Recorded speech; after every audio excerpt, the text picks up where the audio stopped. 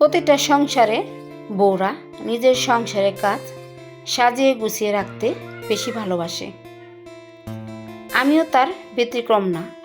আমিও কিন্তু আমার সংসারের কাজগুলো সুন্দর করে পরিপাটি করে গুছিয়ে রাখতে খুব ভালোবাসি। তাই তো আমার বেডরুমের যে আগের চাদরটা আছে সেটা ধোয়ার জন্য উঠিয়ে নিয়ে আরেকটা চাদর পেতে নিলাম। এতে কিন্তু দেখতে অনেক ভালো লাগছে। আসসালামু আলাইকুম, আমি সাথী আক্তার চ্যানেল থেকে আপনাদের সবাইকে স্বাগতম। সবাই কেমন আছেন? আশা করি ভালো আছেন। আমরাও ভালো আছি আলহামদুলিল্লাহ। উপস্থাপন করছি ধোয়ার থেকে। আজকে ভিডিও শুরু করেছি আমার বেডরুম দিয়ে। তো বেডরুমটা সুন্দর করে গুছিয়ে নিলাম। এখন মাশাআল্লাহ অনেক সুন্দর লাগছে।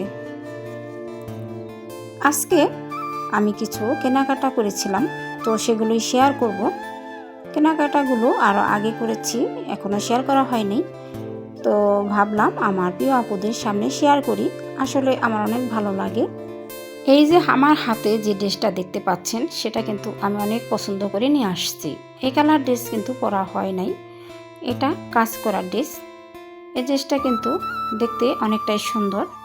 তো কোথাও যাওয়ার জন্য নিয়েছি, আর কোথায় যাব সেটা কিন্তু খুব শীঘ্রই শেয়ারও করব। এখনও যাওয়া হয় নাই, তো যাব, তার জন্য নিলাম। আমি কিন্তু কোথাও গেলে ড্রেস অবশ্যই নেই। আসলে আমার নতুন নতুন ড্রেস পরতে অনেক ভালো লাগে। তো এখানে দেখাতে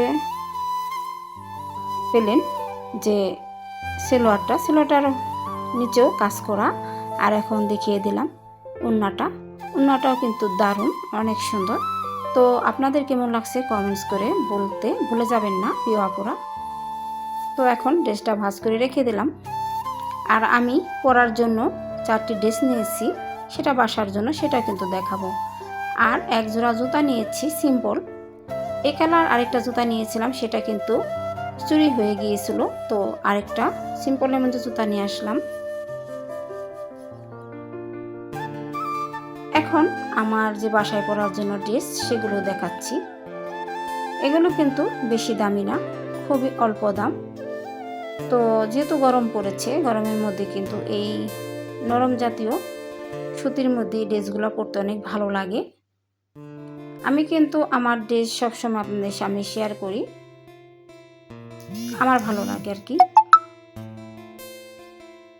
এই জামাটা লাল এবং হলুদের মধ্যে চন্ডিপিন বা বাটিক পিন যাই বলেন না কেন। এই যে এখন দেখতে পাচ্ছেন মেজেন্টা কালারের মধ্যে কেমন যেন একটা কালার। এই ড্রেসটাও কিন্তু বেশ সুন্দর। যখন বানাবো তখন কিন্তু আরো সুন্দর লাগবে, এখনো বানাই নাই।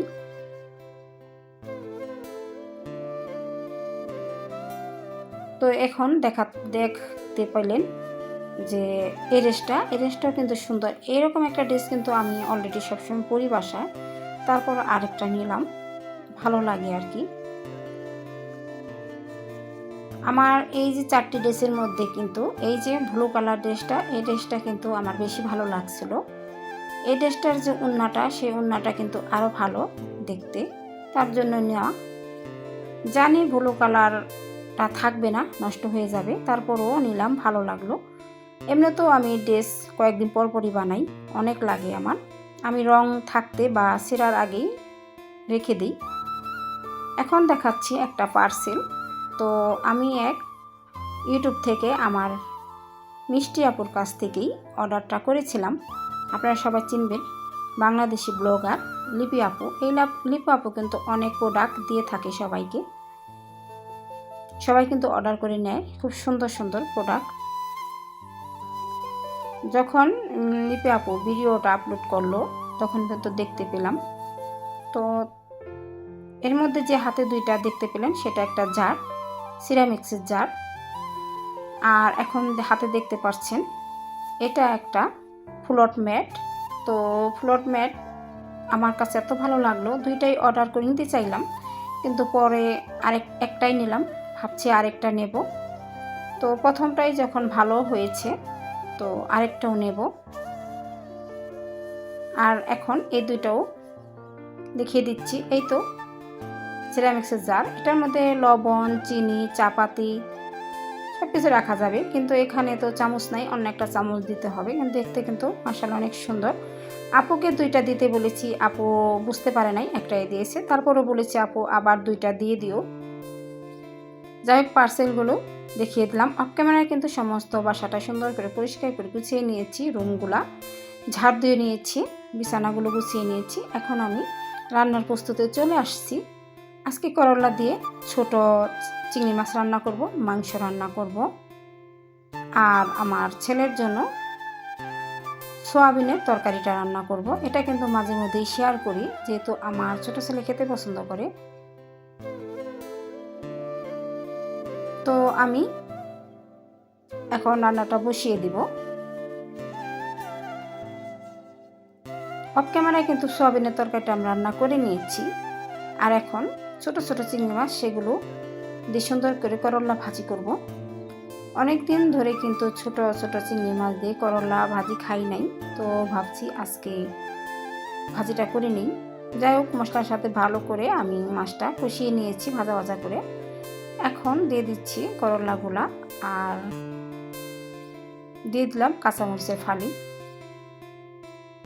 তো ভিডিওর এই পর্যায়ে এসে হয়তো আমার ভিডিও দেখতে দেখতে আমার প্রিয় মিষ্টি আপুরা এখনও লাইক দিতে ভুলে গেছে। তো প্লিজ মিষ্টি আপুরা, ভিডিওটি দেখা মাত্র একটা লাইক করে দিবে। তোমাদের একটা লাইক আমার ভিডিও একজন থেকে আরেকজনের কাছে পৌঁছে যাবে। আর আমার ভিডিওর কোনো অংশ ভালো লাগলে সুন্দর একটা কমেন্টস করে চলে আসবে। তোমাদের কমেন্টস পড়ে আমার ভিডিও করতে উৎসাহ লাগে, আর তাছাড়া তোমাদের কমেন্টস ধরে তোমার ভিডিও দেখতে চলে যাব। আর নতুন যারা, চ্যানেলটি সাবস্ক্রাইব করে পাশে থাকবে। আর যারা এই কাজটি অলরেডি করেছেন তাদেরকে অসংখ্য ধন্যবাদ। এ তো আমার গাছে যে পিস ফল, সেগুলো কিন্তু আমি খেয়ে নিচ্ছি। অনেক সময় পাই না, তো হাজবেন্ড বলো এগুলো কবে খাবে, নষ্ট হয়ে যাবে। অনেক পিস ফল কিন্তু আমি নষ্ট করে ফেলেছি খাবো খাবো করে। তো এখন খেয়ে নিচ্ছি, রান্না করছি আর খাচ্ছি। আসলে যতটা মনে করছেন ততটা না, 2-4টা খেয়েছি আর কি। রান্না করতে সময় কিছু খাওয়া যায় না। যাই হোক, আমি চিংড়ির মাছটা ভাজি করে নিয়েছি। এখন আমি মাংসের তরকারিটা রান্না করব। একটা কথা আপনাদের সামনে শেয়ার করি, অনেকেই কিন্তু ভিডিও করে, আমিও করি। সবার ভিডিও দেখি, আমি দেখে সুন্দর একটা কমেন্টস করে চলে আসি। অনেকেই আমার ভিডিওটা দেখে তেমন কমেন্টস বা লাইক কিছুই করতে চান না। সেটা কিন্তু অনেক সময় খারাপ লাগে। যারা আমার রেগুলার আপু, কয়েকজন আমার ভিডিও দেখে, আবার কয়েকজন দেখে না, সেটা কিন্তু অনেক খারাপ লাগে। আমি কিন্তু আপুদের অনেক সময় 2টা ভিডিও দেখে দিই আমার সামনে আসলেই। আসলে আমিও কিন্তু কষ্ট করে ভিডিও করি, আমার সংসার অনেক কাজ, অনেক ব্যস্ততার মধ্যেই আমি একটু সময় বের করে ভিডিও করি, আমার ভালো লাগে বলে। যাই হোক, কথাগুলো বললাম মন থেকে। এদিকে মাংসগুলো আমি সুন্দর করে মশলার সাথে কষিয়ে নিচ্ছি।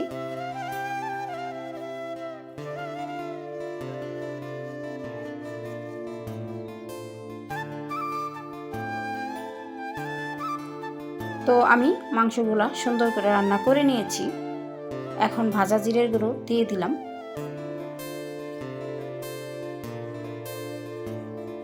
আমি যখন ভয়েস দিই তখন আশেপাশে হয়তো কথার আওয়াজ বা কোনো শব্দ হতে পারে,